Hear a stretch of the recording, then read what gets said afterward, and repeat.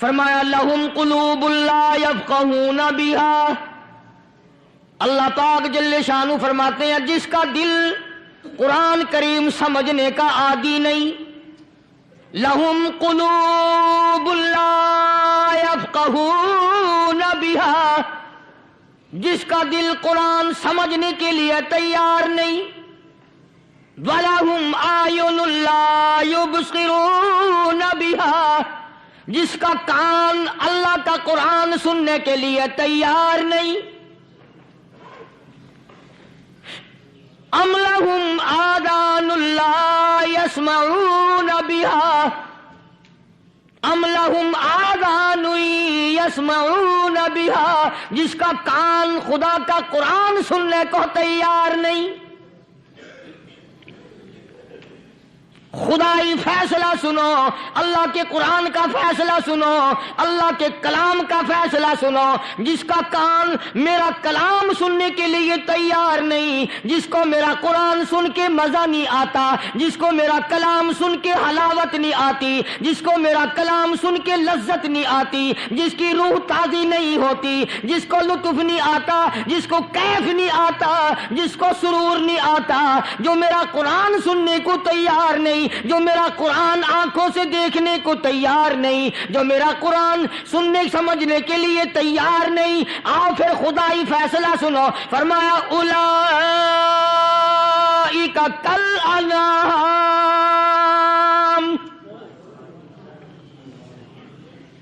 میرا فیصلہ نہیں، کسی پارٹی کا فیصلہ نہیں، کسی فرقے کا نہیں، کسی طبقے کا نہیں، کسی جماعت کا نہیں، فرمایا اولئک الانعام، پیدا کرنے والا مالک و خالق کہتا ہے مجھے اپنی کبریائی کی قسم یہ سارے جانور ہیں،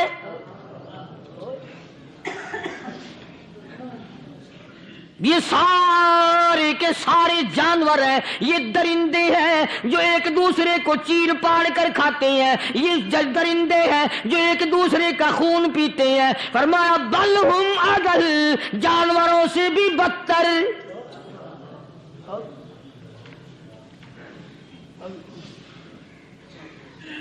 جس کے دل میں قرآن سن کر ترس نہیں، جس دل میں رحم نہیں، اپنے سے کمزور دیکھ کر جس کے دل میں شفقت نہیں، مہربانی کا مادہ نہیں، فرمایا وہ کوئی بندہ ہے، وہ تو جانور ہے، اور خدا غضب میں آ گیا، فرمایا بل ہم اضل، اس سے بھی بدتر۔ اللہ والے جو ہیں وہ ان خصلتوں کو دور کراتے ہیں، اور وہ آدمی کے مزاج اور دل میں سے ایسی چیزیں نکالتے ہیں جو اس کی بربادی کا ذریعہ بنتا ہے۔ دل کی بیماریوں کا کسی کو فکر نہیں، بخار ہو جائے آپ چڑھ جائے آپ کو پتہ چل جاتا ہے، نزلہ ہو جائے آپ کو پتہ چل جاتا ہے، کھانسی ہو جائے پتہ چل جاتا ہے، دل کی بیماریوں کا کیا پتہ چلے؟ صحابہ اکرام رضوان اللہ تعالی علیہ مجمعین کی جماعت کے اللہ پاک کے محبوب حضرت محمد الرسول اللہ صلی اللہ تعالی علیہ وسلم نے دلوں کی صفائی کی۔ پہلے لوگ جھونپڑیوں میں کچے کوٹھوں میں رہتے تھے، نہ اتنی صفائی تھی نہ اتنی ترقی تھی۔ آج برتنوں کی صفائی دیکھو، کپڑوں کی صفائی دیکھو، مکان کی صفائی دیکھو، رات دن بس اسی دھندے میں لگے ہوئے، سارا دن برتن دھونے سے فرصت نہیں، سارا دن کپڑوں کے بناؤ اور سنوار میں فرصت نہیں۔ تو اللہ والے ایسے موقع پر بڑی عجیب بات کہتے ہیں، وہی مجذوب ہے، مجذوب علی رحمت کہتے ہیں بظاہر تو ہر شے میں بے حد صفائی، بظاہر تو ہر شے میں بے حد صفائی، مگر دل میں ہے گندگی انتہائی، بظاہر تو ہر شے میں چہرے کی صفائی، بدن کی صفائی، نہ جانے کتنی قسم کا صابن ہے، نہ جانے کتنی قسم کے پاؤڈر ہیں، نہ جانے کتنی قسم کے شیمپو ہیں، نہ جانے کتنی قسم کے کپڑے ہیں، کیا چال ڈھال ہے، کیا نئے نئے ڈیزائن ہے۔ مجذوب کہتا ہے سب کچھ دیکھ لیا، بظاہر تو ہر شے میں بے حد صفائی، مگر دل میں ہے گندگی انتہائی. جس یار کی بیٹھک میں بیٹھ کے کھانا کھایا، جس رشتہ دار کی بیٹھک میں بیٹھ کے کھانا کھایا، اسی کی بہن کو دیکھ کر آبرو پہ ڈاکہ ڈالنے کا پروگرام ہے. جس دوست کے گھر میں بیٹھ کے کھانا کھایا، اسی دوست کی بیوی کی عزت لوٹنے کا پروگرام ہے. پرانے زمانے میں اب بھی دلی جیسے شہر میں اگر دعوت کی جاتی ہے تو وہاں ایک تشتری میں نمک آتا ہے سب سے پہلے.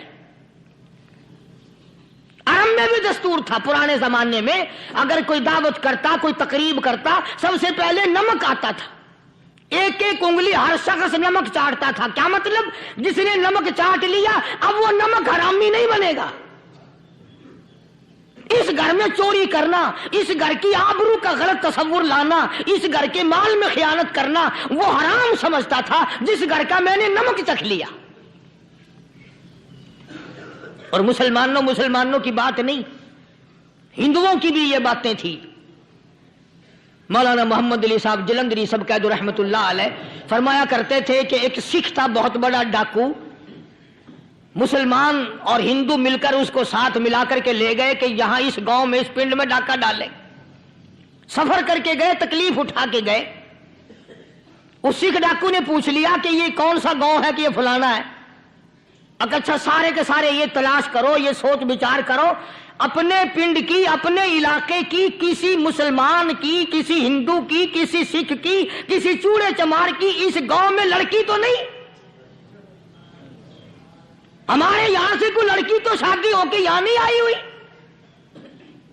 ان ساروں میں سے کہنے لگا کہ ہمارے بھنگی کی لڑکی جمعدار کی یہاں آئی ہوئی ہے. کہنے لگا واپس چلو، بیٹی بیٹی ہے چاہے بھنگی کی ہو یا نواب کی ہو. ارے کل بیٹی کا ڈولا دیا تھا، آج ڈاکہ ڈالیں گے، شرم نہیں آئے گی؟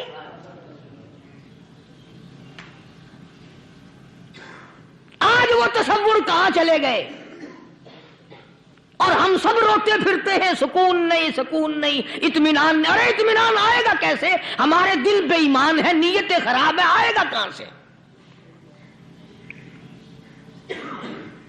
صحابہ کرام رضوان اللہ تعالی علیہ مجمعین کی جماعت نے اس قدر اس بات پہ محنت کی اور کوشش کی کہ غلط لقمہ بھی پیٹ کے اندر نہ چلا جائے. چنانچہ میں علی الاعلان کہتا ہوں 1,29,000 صحابہ کرام، کالی کملی والے کے دیوانے اور پروانے، حضور کے یار جانثار، حضور کے ساتھ پھاقا کھانے والے، پھاقوں مرنے والے، پتھر کھانے والے، اپنے بچوں کے ٹکڑے ہوتے ہوئے دیکھ کر لا الہ الا اللہ محمد الرسول اللہ کی صدا بلند کرنے والے صحابہ کرام کا یہ حال تھا.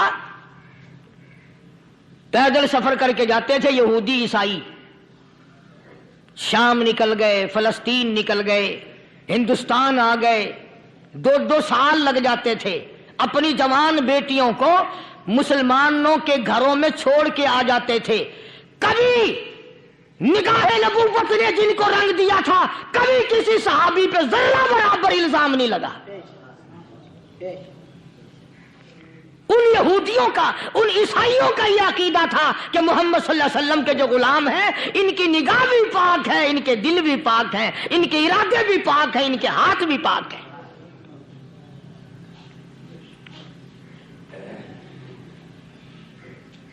مصر کے گورنر نے، مصر کے جنرل کرنل نے خط لکھا سیدنا فاروق اعظم رضی اللہ تعالی عنہ کی خدمت میں.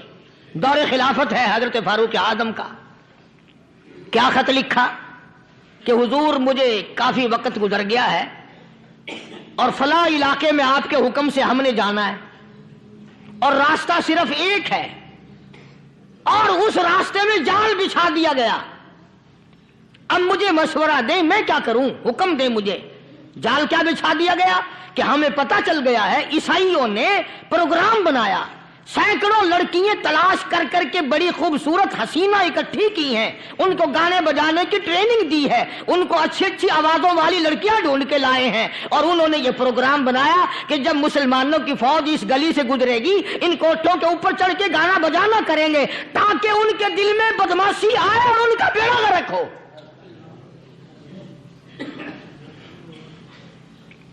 کبھی کافر کا یہ عقیدہ تھا کہ مسلمان کا دل بگڑا تو یہ گیا، اس کی نیت میں خرابی آئی اور یہ تباہ ہوا۔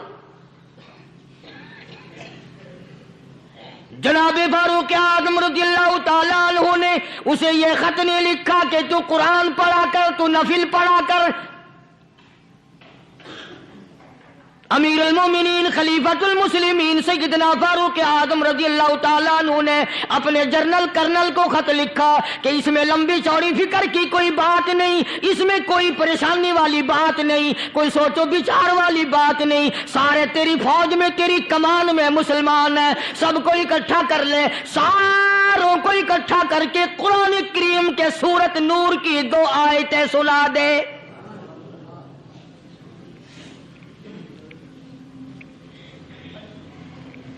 یہ بھی نہیں فرمایا کہ سزا سناؤ، اتنے کوڑے لگیں گے، جو خلاف کرے گا یوں قید ہوگی، یوں کورٹ مارشل کر دیا جائے گا، کچھ نہیں۔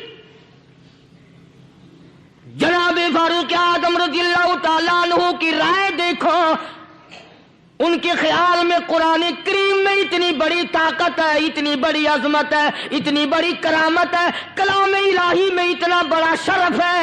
اعلان کر دیا، فرمایا اپنے کرنل کو ساری فوج کو، لشکر کو اکٹھا کر کے قرآن کریم کی فلاں فلاں آیت سنا دے۔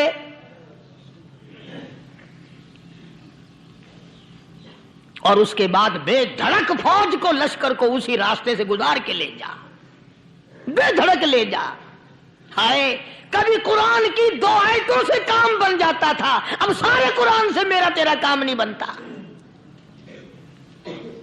قصور قرآن کا نہیں ہے، یہ میرا تیرا ہے۔ یہ تو اتنی وفادار کلام ہے، اتنی پاک کلام ہے، خدا کی قسم، ہزاروں رجسٹروں کے گتے، ہزاروں چائے کے ڈبے، ہزاروں مٹھائی کے ڈبے، لاکھوں کروڑوں دوائیوں کے ڈبے گندے نالوں پہ، کوڑیوں پہ، روڑیوں پہ پڑے ہیں، اور جس گتے نے قرآن کے ساتھ یاری لگا لی، خدا کی قسم کوئی آدمی بغیر وضو اس گتے کو بھی ہاتھ نہیں لگا سکتا۔ ہزاروں نہیں، لاکھوں کپڑے مارکیٹ میں پڑے ہیں، پر جس کپڑے نے قرآن سے یاری لگا لی، جو کپڑا جسدان بن کر قرآن پہ چڑھ گیا، لوگ اس کو بھی چومتے ہیں، اور چومنا چاہیے۔ یارو، کپڑے نے قرآن سے یاری لگائی تو کپڑا عظمت والا بن گیا، گتے نے یاری لگا لی تو گتا بن گیا۔ ہزاروں قسم کے کاغذات روزانہ ذلیل ہوتے پھرتے ہیں، جس کاغذ پہ قرآن لکھا گیا وہ عظمت پا گیا، جس سیاہی سے قرآن لکھا گیا وہ سیاہی عظمت والی بن گئی۔ ارے اگر مسلمان قرآن کو اپنے اندر پیدا کر لے، اس کی عظمت کو بسا لے، اس کو اپنا لاہ عمل بنا لے، اس کو اپنے سر پہ رکھ لے، تو کیا یہ بندہ قرآن کے ساتھ وفاداری کرے تو قرآن، کیا خیال ہے قرآن بے وفائی کر دے گا؟ یقین نہیں، یقین، اصل بات اعتقاد کی ہے۔ یقین کا تو یہ عالم بنا ہوا کہ اگر کوئی چوری کا معاملہ ہو جائے اور کسی پر شبہ ہو، اگر اسے کہو کہ قرآن اٹھا دے تو دیر نہیں لگائے گا، اور اگر کہے کہ فلانی خانگاہ کا کنڈا مار دے کہ یہ کام میں نہیں کرتا۔ خانگاہ کے کنڈے پہ ایمان ہے، قرآن پہ ایمان نہیں۔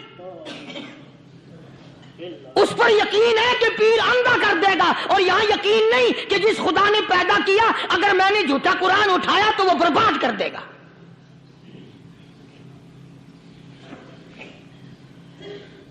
عجیب عجیب لوگ ہیں۔ چنانچہ مصر کے کرنل نے، مصر کے جنرل نے ساری فوج کو اکٹھا کر لیا۔ اس نے بھی یہ بات تو نہیں کہی کہ فاروق اعظم کو دوبارہ خط لکھتا کہ حضرت یہ تو 2 آیتیں آپ نے لکھی، یہ تو سارا قرآن روز پڑھتے ہیں، پر بنے گا کیا؟ جیسے فاروق اعظم کا یقین تھا، فاروق اعظم کی فوج کے کرنل کا بھی یقین ہے، فاروق اعظم کے فوج کے جنرل کا بھی یقین ہے۔ اس نے ساری فوج کو اکٹھا کیا، لشکر کو جمع کیا، اور اس کے بعد کہنے لگا قل للمؤمنین یغضوا من ابصارکم ویحفظوا فروجہم ذالک ازکی لہم ان اللہ خبیر بما یصنعون۔ او لوگو، خدا تمہیں کہتا ہے اپنی آنکھوں کی حفاظت کرو، اگر تمہاری نظریں غلط جگہ پڑی اپنی عزت کی حفاظت کرو، اپنی آبرو کی حفاظت کرو، اگر غلط نظریں پڑی غلط استعمال ہوئی، ان اللہ خبیر بما یصنعون،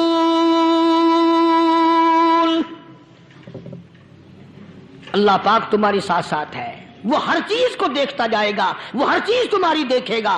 چنانچہ تاریخ شاہد ہے، ابن حشام نے لکھا ہے، ابن خلدون نے لکھا ہے، اور کئی مورخین نے لکھا ہے کہ جب مسلمان کرنل نے اپنی فوج کو قرآن کی 2 آیتیں سنائی اور اس کے بعد حکم دیا چلو، تمام کا تمام لشکر چل رہا ہے، ادھر ڈھول بجا، دھماکے بجے، گانا شروع ہوا، گانا بجانا شروع ہوا، ساری فوج نکل گئی، سارا لشکر چلا گیا، لڑکیوں نے دیکھا کہ یہ تو ختم ہو گئے، نیچے آواز دے کے کہنے لگی اور جانے والوں یہ ساری فوج کئی اندھوں کی فوج تو نہیں؟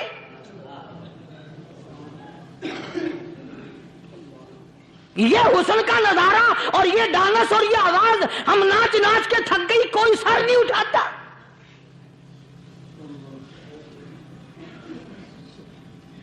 اور آج دیکھ لیں آپ،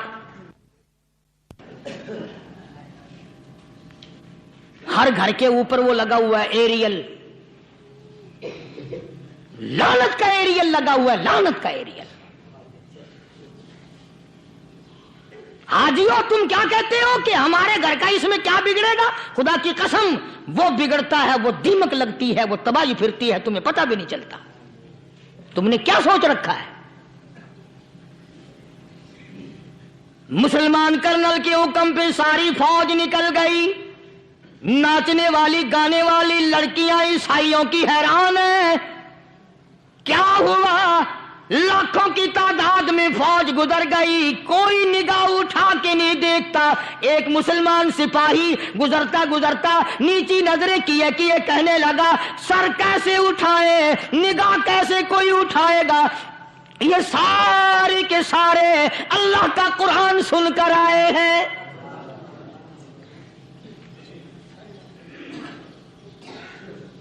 کیسے کوئی نگاہ اٹھائے گا؟ کیسے کوئی سر کو اٹھائے گا؟ یہ سارے کے سارے اللہ کا قرآن سن کر آئے ہیں۔ ان کا عمل ہوا نا قرآن پہ، ان کے عمل کا کتنا بڑا اثر پڑا۔ مورخین نے لکھا، ابن حشام لکھتا ہے عیسائی لڑکیوں نے چھلانگیں لگا دی، کوٹھی سے نیچے آ گئی، کہنے لگی عام مسلمانوں وہ قرآن ہمیں بھی سنا کے جاؤ جس میں اتنی اسپرٹ ہے، اتنی طاقت ہے، جو حسن کے نظارے سے روک دے، جو گانے بجانے سے روک دے۔ یہ تو آدمی کے دل کا سکون ہے، نہ گانا سنتے ہو نہ حسن کا نظارہ کرتے ہو، جاتے والے یوں نہ جاؤ، ہمیں بھی وہ قرآن سنا کے جاؤ۔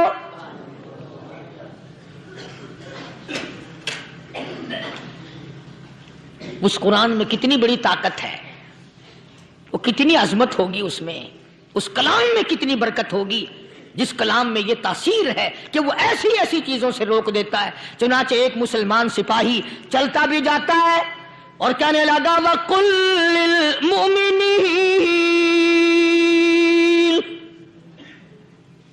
وَقُلْ لِلْمُؤْمِنِينَ، قرآن کی آیت پڑھ کے سنائی، سینکڑوں نہیں بے شمار لڑکیاں ایک مسلمان کی زبان سے اللہ کا قرآن سن کے کہنے لگی اور جانے والوں چھوڑ کے نہ جاؤ، ہمیں بھی کلمہ پڑھاؤ۔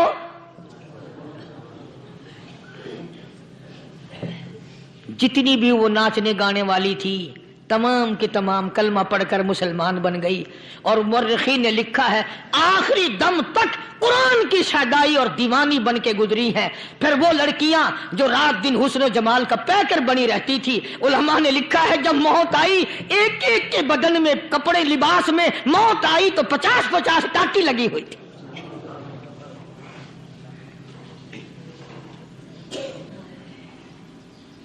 بظاہر تو آج بھی بڑی جھاڑا پنجی ہے، بڑی صفائی ہے، بڑی دوڑ دھوپ ہے۔ اسی کو مجذوب الاعلان کہتا بظاہر تو ہر شے میں بے حد صفائی، مگر دل میں ہے گندگی انتہائی، کبھی اس کے دھوکے میں آنا نہ بھائی، یہ سب ہے رعائی، بس ہے رعائی، یہ تو چیز ہی کچھ نہیں. بڑے بڑے دھندے ہمیں پلٹتے دیکھے, بڑے بڑے نظام بگڑتے دیکھے. محمد عربی صلی اللہ تعالی علیہ وسلم کے دربار میں بڑے بڑے لوگ آتے تھے.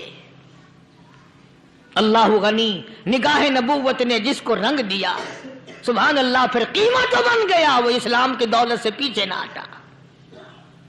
کوئی پیچھا پھر کے دیکھا ہی نہیں کہ ہم کیا کر رہے ہیں. ایک لذت تھی, ایک کیف تھا, ایک سرور تھا صحابہ کرام کو. کہاں سے وہ چیز ہم لائیں, کیسے ہم میں وہ چیز پیدا ہوگی. جنگ بدر ہوا, بڑی بہترین بات ہے, توجہ لکھ کے لے جاؤ, انشاءاللہ قبروں میں دعائیں دو گے. جنگ بدر ہوا, 70 سے زیادہ کافر پکڑے گئے, مدینے میں پکڑ کے قیدی بنا کر کے لائے گئے. تنگ دستی کا زمانہ ہے, 1 سال نہیں ہوا مسلمان اجڑ کے آئے تھے, مار کھا کے آئے, پریشان ہو کر آئے, دن دولت چھوڑ کر لٹا کر آئے. ان کے پلے کیا تھا. شام کا وقت ہوا, مدنی کریم صلی اللہ تعالی علیہ وسلم نے مسجد کے دروازے میں کھڑے ہو کر اعلان فرما دیا, کون ہے جو میرے مہمانوں کو کھانا کھلائے. اور وہ مہمان کوئی شہنشاہ نہیں تھے, ہیں بھی کافر, ہیں بھی اسلام کے دشمن, آئے بھی صحابہ کرام کو مارنے, میدان جنگ سے پکڑ کے لائے گئے, جنگی قیدی ہیں. اس نبی کی طرف کبھی منہ کیا کر جس نبی کا تو غلام ہے, امتی بنا پھرتا ہے. فرمایا کون ہے جو میرے مہمانوں کو کھانا کھلائے. صحابہ کرام میں سے کسی نے 2 پکڑ لیے, کسی نے 1 کو ساتھ لے لیا. ایک نادار سا غریب سا صحابی ہے, اس نے ساتھ لے لیا ایک مہمان اور گھر لے کے گیا. بیوی کو کہنے لگا کہ کھانا کتنا ہے, کہ بس 1 آدمی جوگا ہے, 1 آدمی کی کافی ہوگا. کان میں کہنے لگا اپنی بیوی کے, دستور تھا عرب کا, مہمان اور میزبان اکٹھے کھایا کرتے تھے. اپنی گھر والی کے کان میں کہنے لگا کہ اس کے آگے کھانا رکھ دیں گے مہمان کے, جب یہ کھانا شروع کر دے گا کسی بہانے سے دیوا بجھا دیو, میں یوں ہی منہ کو خالی ہلاتا رہوں گا, یہ کھانا کھا لے گا, پیٹ بھر جائے گا اس کا. چنانچہ کھانا آگے رکھ دیا, جو کچھ بھی تھا. اس نے کھانا شروع کیا کہ جی آپ بھی کھائیں, کہ ہاں میں بھی کھا رہا ہوں. بس یوں ہی کھانے میں بھی ہاتھ لگائے, منہ کو بھی ہاتھ لگائے, اور منہ کو چلائے بھی برابر. بیوی نے چراغ بجھا دیا. یہ عمل تو صحابی کر رہا ہے اپنے گھر میں. ادھر قرآن کریم نازل ہو گیا محمد کریم صلی اللہ علیہ وسلم کی ذات پہ, فرمایا وَيُؤْثِرُونَ عَلَىٰ أَنفُسِهِمْ وَلَوْ كَانَ بِهِمْ خَصَاصَةٌ وَمَن يُوقَ شُحَّ نَفْسِهِ فَأُولَٰئِكَ هُمُ الْمُفْلِحُونَ. اور میرے محبوب مبارک کو, تیری امت میں ایسے لوگ بھی ہیں جو اپنا منہ خالی ہلا رہا ہے, بیوی بھوکی بیٹھی ہے, چراغ بجھائے بیٹھی ہے, اور اپنے ہاتھ کو خالی چلا رہا ہے, اور میرے بندے کا پیٹ بھر رہا ہے. اور میرے محبوب, مجھے اپنی عظمت کی قسم, میں تیرے ان دیوانوں پہ جنت واجب کر چکا.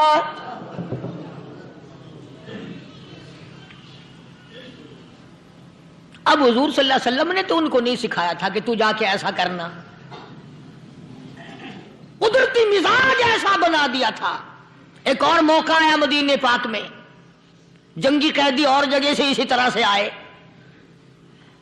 ایک صحابی ایک اور آدمی کو, جنگی قیدی کو کافر میں گھر لے گیا. بیوی کہنے لگی کہ 1 ہی آدمی کا کھانا ہے بس. انہوں نے کہا اس کو دے دو. وہ کافر جنگی قیدی کہنے لگا جی آپ بھی کھائیں. کہنے لگا بھی بات ہے صاف, 1 آدمی کا کھانا ہے, تو کھانا کھا, میں درخت کے پتے چبا لیتا ہوں. وہ کہنے لگا میں کھاؤں گا پتے. انہوں نے کہا تو رئیس آدمی ہے مکے کا, میں پرانا غریب ہوں, مجھے پتے چبانے کی عادت ہے, تیرے پیٹ میں درد نہ ہو جائے, میں عادی ہوں پتے چبانے کا. اس نے پتے چبا لیے.